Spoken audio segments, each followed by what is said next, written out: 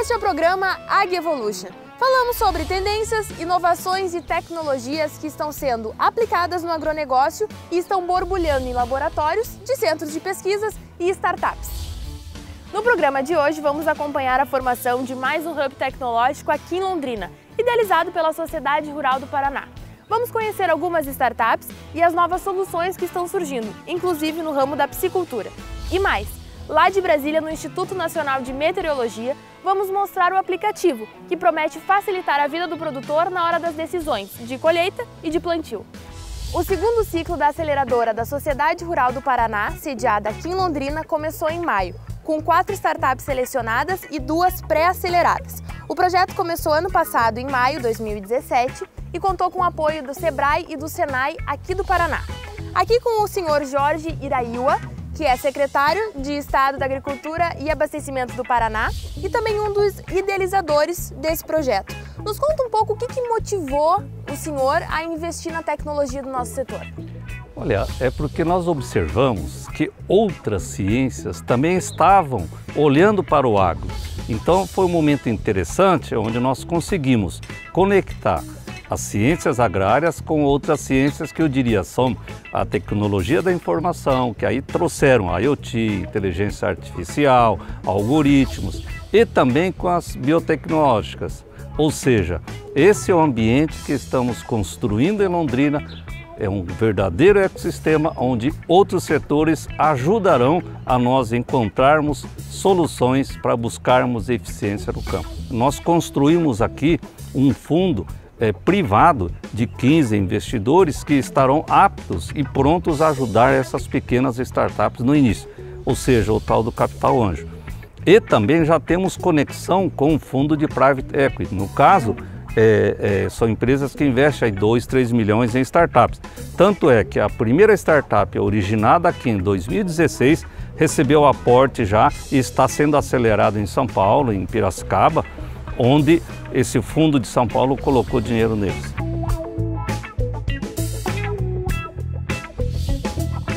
O João Maximiliano Marcondes é o fundador da Tátil Fish, uma das startups aqui do Hub em Londrina. João, nos conta um pouquinho como surgiu a Tátil Fish e qual a importância dela trabalhar num ambiente de coworking como esse aqui. Bom, a Tátil Fish surgiu durante o Hackathon 2017 aqui da Expo Londrina, né? Nessa oportunidade, a gente foi emergido no ecossistema de interações e de network. Então, nessa oportunidade, a gente descobriu uma demanda na área de piscicultura, necessidades que os piscicultores têm para o manejo, né? Então, naquela oportunidade, a gente já percebeu o quanto era importante estar envolvido, ter parceiros, ter comunicação e entender como que os players participam do mercado para a gente poder desenvolver um produto que possa ir para ser comercializado. E o que a Tátil Fish oferece para o produtor hoje? Hoje a Tátil Fish oferece monitoramento automatizado. O que seria isso? A gente tem uma estação que coleta dados do viveiro do piscicultor, dados importantes para a gente controlar os sistemas de aeração e os sistemas de alimentação, que é o maior custo para o piscicultor hoje, é a ração. Então esse sistema fica monitorando essa água e fica regulando os equipamentos no tanque de peixe, que aí é esse equipamento aqui. Então o alimentador automatizado ele está ligado a esse equipamento. Dependendo dos parâmetros da água, a gente funciona esse equipamento com mais ração ou com menos ração.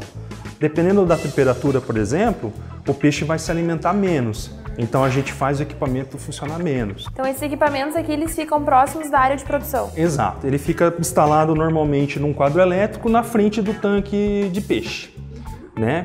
Então imagina você, um piscicultor, se ele precisa regular a ração dele num equipamento automatizado, ele tem que pegar um aparelho manual, ir lá no tanque, normalmente são tanques de 4.000, 5.000, tem tanques até de 1 hectare. Ele tem que ir lá no quadro elétrico e fazer isso manualmente. E aí a gente conseguiu automatizar o processo para ele não ter que ir lá. João, a questão do investimento. A gente sabe que hoje as startups necessitam de um investimento para começarem, mas também para chegarem até o produtor. Vocês receberam esse incentivo? Nós recebemos um investimento no processo de aceleração aqui da da sociedade rural. Foi um investimento para a gente poder desenvolver os primeiros protótipos e validar tecnicamente a solução. Depois a gente teve parceiros que quiseram ajudar a gente no processo e a gente já está fechando um contrato com um investidor anjo aqui de Londrina também. E aqui, em Londrina, mais um exemplo de que sem investimento não tem pesquisa. E melhor que isso, sem investimento as startups, como essa aqui que vocês acabaram de ver, não conseguem chegar até o produtor rural. Que isso promete facilitar a vida e desenvolver cada vez mais o nosso setor.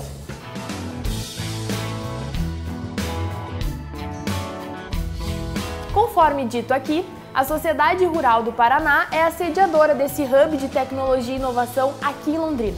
Por isso está aqui com a gente hoje o presidente Antônio Sampaio, que é o presidente da SRP aqui no Paraná.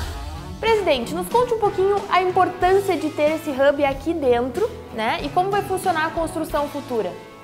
Então, a Sociedade Rural tem por obrigação, tem por função fazer fomento da atividade rural, e a tecnologia hoje, que anda numa velocidade astronômica, e também acontece no setor agropecuário. Então, a sociedade rural tenta ajudar a desenvolver alguma coisa dentro das suas limitações, mas também divulgar, aproximar o produtor a essa tecnologia, porque isso é uma coisa que é um caminho sem volta. Como eu sou um produtor rural já faz muito tempo, a gente tem essa noção exata do que foi a evolução nesses anos. Só quem plantou soja, plantou cultura há 20, 30 anos atrás, como eu e hoje, sabe o que tem incorporado de diferença nisso. É uma coisa brutal. Muitas vezes a gente até vê muita gente falando bobagem sobre essas tecnologias novas e eles não têm noção do que era isso, tanto em termos de agilidade, mesmo de meio ambiente, o que evoluiu isso, que a tecnologia incorporou em melhoria de meio ambiente no plantio. Então isso é uma coisa que a gente tem que estar sempre observando e evoluindo. Então essa aproximação da experiência com a ideia, né, com essa facilidade de mexer é importante. É isso que nós tentamos fazer aqui, trazer o produtor lá do sítio dele para cá, para ele digerir isso, alguém apresentar, ele ver a possibilidade, ele enxergar até onde isso pode ajudá-lo. Tecnologia também é comida barata, é comida em quantidade.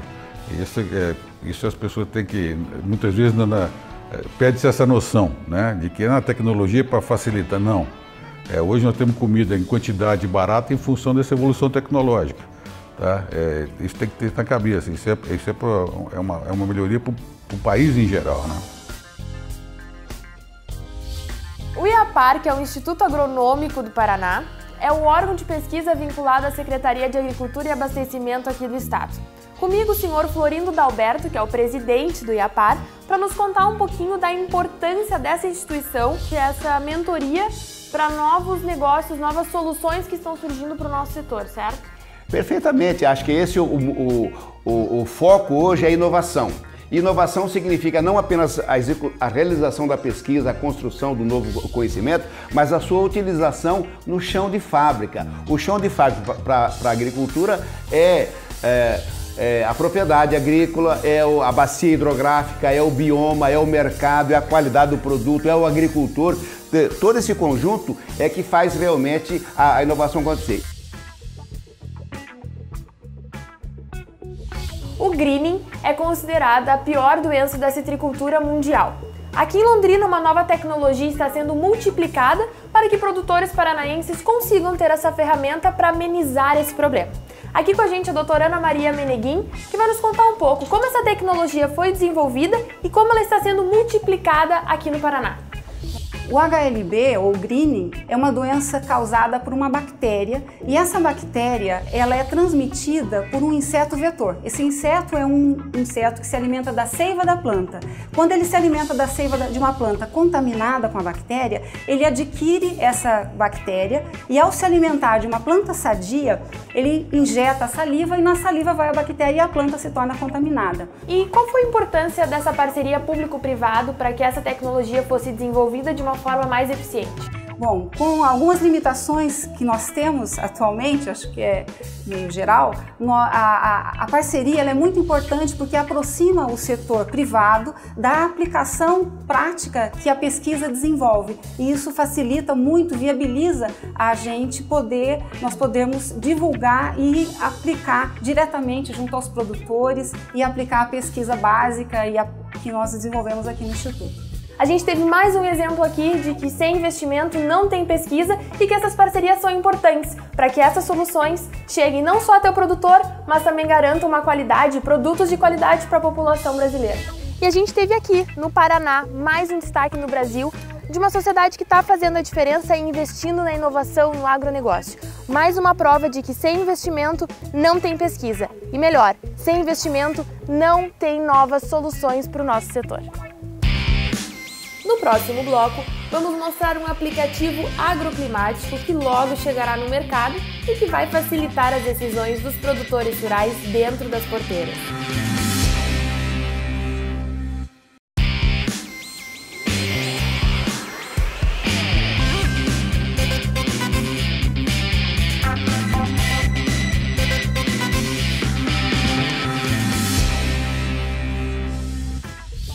As mudanças meteorológicas são um verdadeiro desafio para os produtores rurais. As nossas fazendas são verdadeiras indústrias a céu aberto, onde a mudança climática pode interferir diretamente na produtividade da lavoura.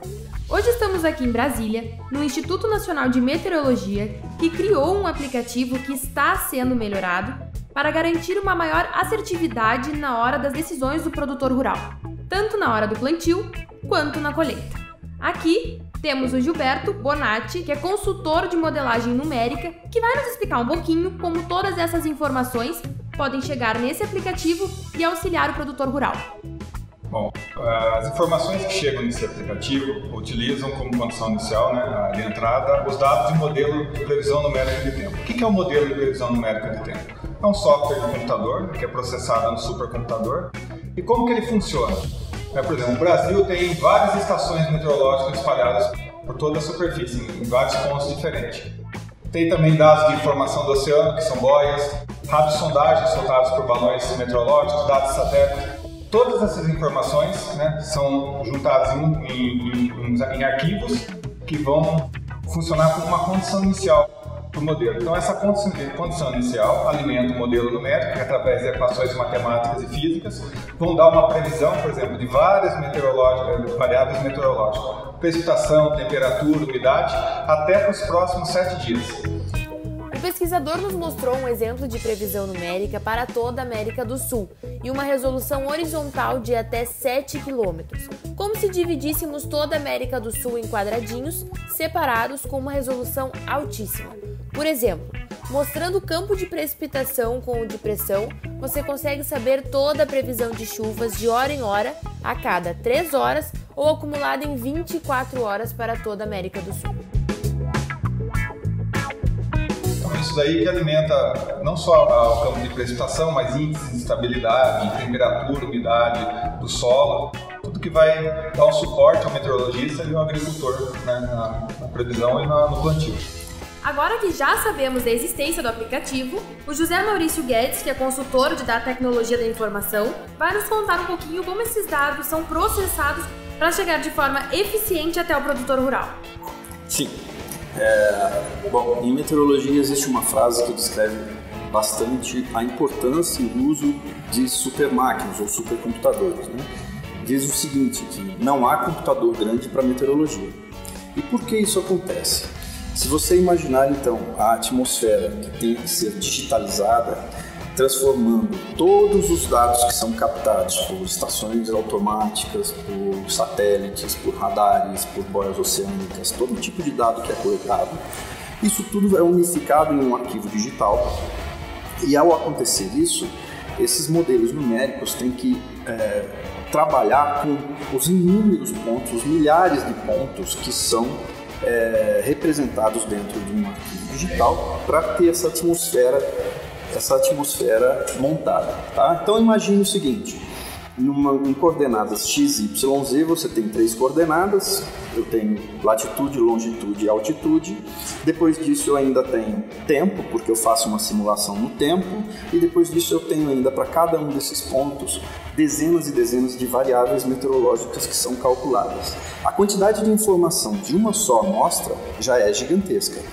Quando eu vou, então, pegar o modelo numérico e tenho que fazer a simulação de até 7 dias, que é a variável tempo, isso começa, então, a ser multiplicado pelo número de vezes que eu tenho uma saída, que é aquelas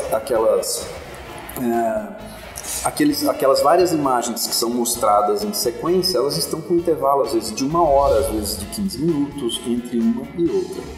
Calcular esse volume inteiro em tempo hábil para que os meteorologistas possam usar e que todas as aplicações que dependem dessa informação possam também receber e oferecer ao usuário os resultados com eficiência, é uma demanda muito grande. Para você ter ideia, o nosso supercomputador tem cerca de 3.500 cores, 3.500 núcleos de processamento. Esses todos, quando é disparada a aplicação, eles vão a 100% de uso e ficam por pelo menos 2 a 3 horas processando, fazendo cálculos numéricos para resolver todas as equações físicas, matemáticas que envolvam o cálculo do modelo numérico e a simulação toda para até 174 horas, que dá 7 dias. Se eu tiver 10 vezes, 20 vezes, 30 vezes a capacidade atual, em cerca de 1 mês, 2 meses de trabalho, nós vamos tomar todo o computador que estiver aqui do mesmo jeito. Por quê? Por que isso vai acontecer? Existem inúmeras melhorias que se pode fazer quando se tem mais máquina. Por exemplo, nós estamos fazendo um processamento com 7 por 7 km de resolução. Se eu tiver muito mais máquina, eu posso melhorar essa resolução, diminuindo o intervalo em quilômetros, e eu vou gastar muito mais tempo de processamento. Mas se eu tiver um computador muito mais potente, eu gasto igual ou menos tempo para processar. Levando em consideração que 4 vezes por dia eu tenho que fazer todos esses cálculos, e para inúmeras instâncias, porque tem instância que é de 1 km, de 2,8 km de resolução. Então, levando em consideração tudo isso, tomar uma máquina muito grande não é difícil, porque eu posso, como falei, melhorando resoluções, aumentando o número de saídas. Ao invés de fazer de 1 em 1 hora, eu posso passar a fazer saídas de meia em meia hora ou de 15 em 15 minutos, e eu vou ter uma animação dos dados muito mais enriquecida e vai oferecer ao usuário final uma resolução e um campo visual muito melhor também, para que ele tenha noção do que vai acontecer nos próximos períodos. Ou seja, sem essas super máquinas, não existem previsões meteorológicas. Não existe previsão numérica para meteorologia. Só conseguimos fazer no máximo para 24 horas. E me diga uma coisa, eu fiquei muito curiosa para conhecer uma super máquina. Podemos conhecer? Vamos lá.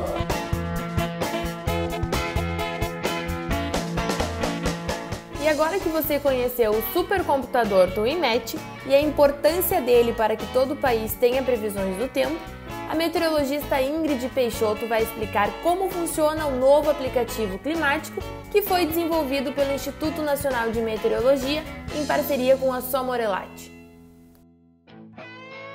O nosso aplicativo conta com 5 grandes funcionalidades, como o tempo irá se comportar durante o dia, a previsão estimada e o percentual de chance de chuva, de temperatura, vento, umidade, entre outros parâmetros como a radiação e a insolação. A previsão climática para determinada região, estimando principalmente o comportamento da chuva e da temperatura para um longo período de tempo. Temos também os avisos meteorológicos de tempo severo, para detalhamento dos eventos e do que se fazer no caso da ferrugem da soja, chuvas intensas, dentre outros.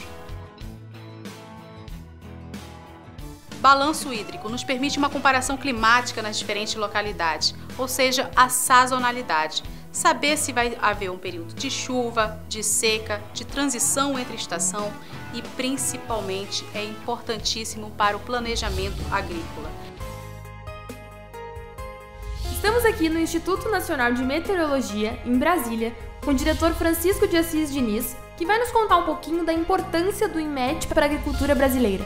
O INMET, como gera produtos de tempo e clima aplicados diretamente para o setor agrícola, que gera todo o monitoramento climático do Brasil, então nós temos altas condições de ter realmente produtos que vão atender exatamente o setor agrícola. O diretor do INMET explicou que o Instituto possui um sistema todo voltado para o produtor rural, de diversas culturas e de diferentes regiões do Brasil. A pessoa planta uma determinada cultura e daí ela acompanha como é que está a evolução da produção agrícola daquela cultura de acordo com as condições climáticas reinantes naquela localidade. E com isso, os produtores rurais conseguem ter uma maior assertividade na hora da escolha do plantio, da colheita e conseguem garantir uma produtividade maior no final. Exatamente, porque a gente também tem um fortalecimento grande, por exemplo, antes de começar o período da chuva de uma determinada região, a gente tem uma conexão direta com os produtores rurais, dando fortalecimento de quando vai começar a chuva, para ele ter uma melhor garantia nos dias de plantio, e também deu um fortalecimento grande para o final da colheita, para eles terem uma previsão mais precisa dos dias que pode colher aquela cultura ou não. O programa está cheio de informações sobre essas novas soluções. Ficaram curiosos? Então fiquem ligados, que vocês poderão assistir todas essas novidades aqui no Canal Rural.